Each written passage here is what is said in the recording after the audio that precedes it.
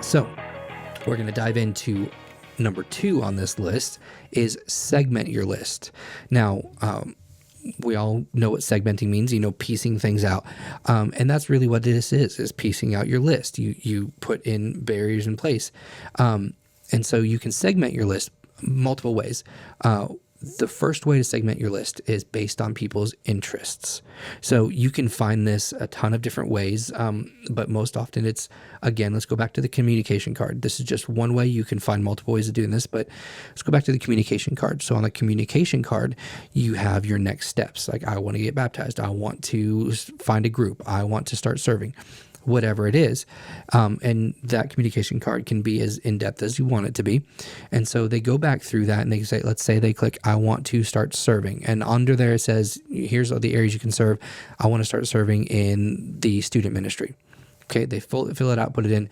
Well, now you can start sending them content about serving, and you can start sending them content about student ministry, as well as getting them connected to your student ministry.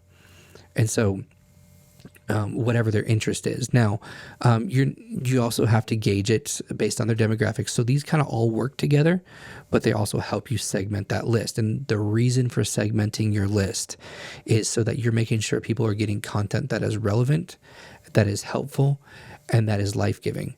So you want to make sure that they are getting everything that they want and nothing they don't want as much as possible.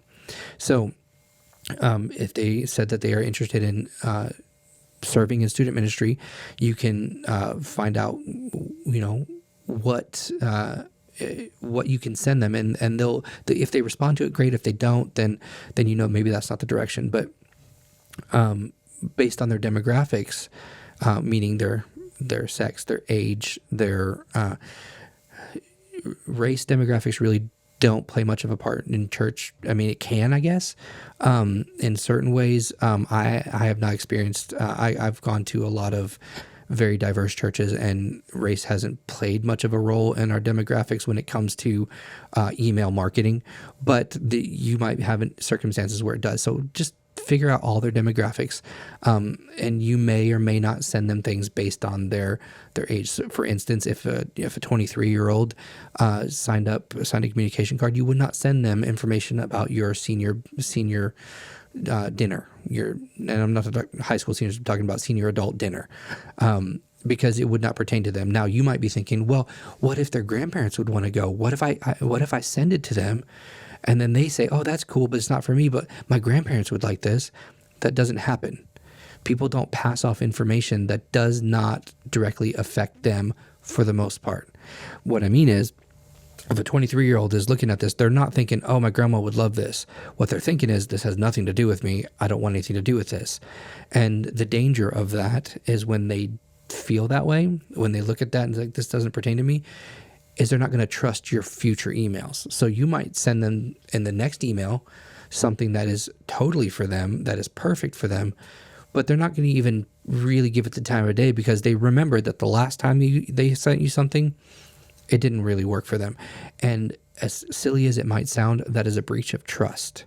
And so they trust when they give you their information that you will give them things that pertain to them, that are good for them. And and that's also part of setting expectations. So if you set an expectation like, hey, this is our church newsletter, you will get all the information. Well, the expectation is there that not everything's going to pertain to me, so that's okay. But if you're saying like, hey, I'm interested in serving in students, and I am this age, whatever, and you send them something about senior adult dinners, it's a breach of trust because they're like, well, you know my information, you know what I wanted to get, and you sent me something else.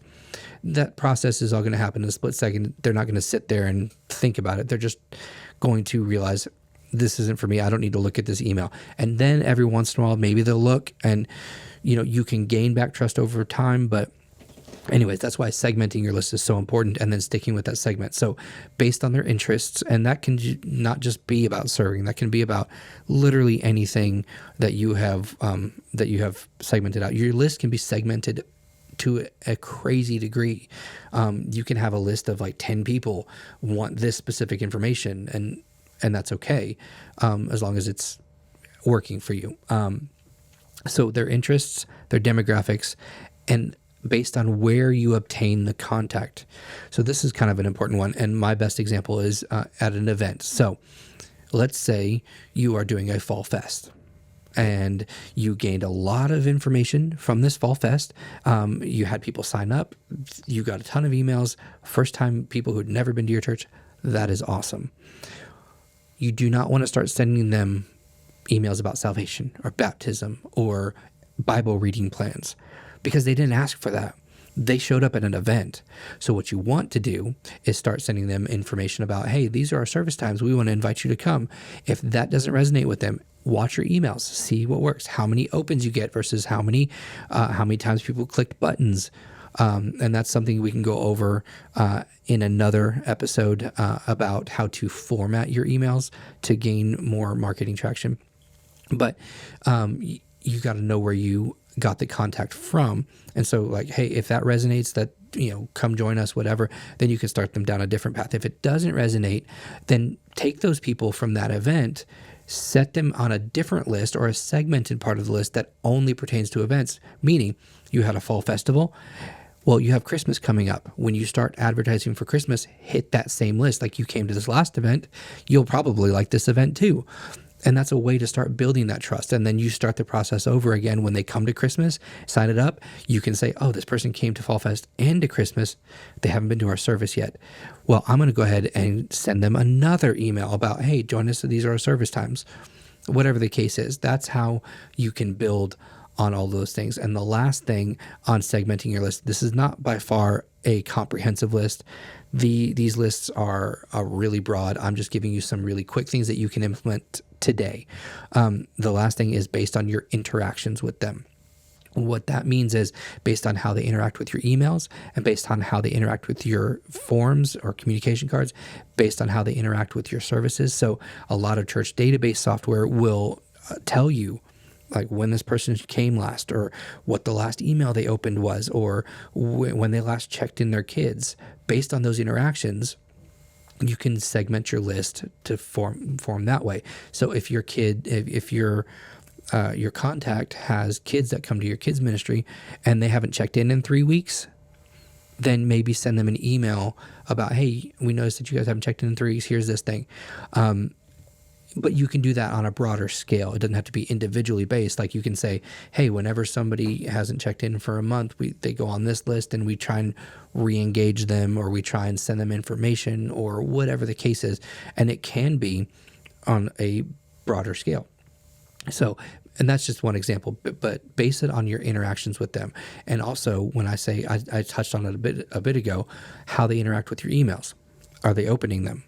Not only are they opening your emails, are they interacting with those emails? Like you have a call to action button, say, if you want to get baptized, click this button. How many people have clicked that button?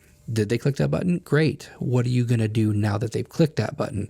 You're going to add them to another segmented list. Like, okay, you've clicked the button, I want to get baptized. Great. How do we sign you up? And then maybe that's an email like, hey, great, we're so glad you want to get baptized. Click this. Here's the link to sign up, whatever. Build that out however you want, but based on their interactions, you can segment that list. So based on their interests, based on their demographics, based on where you obtain the contact, and based on their interactions.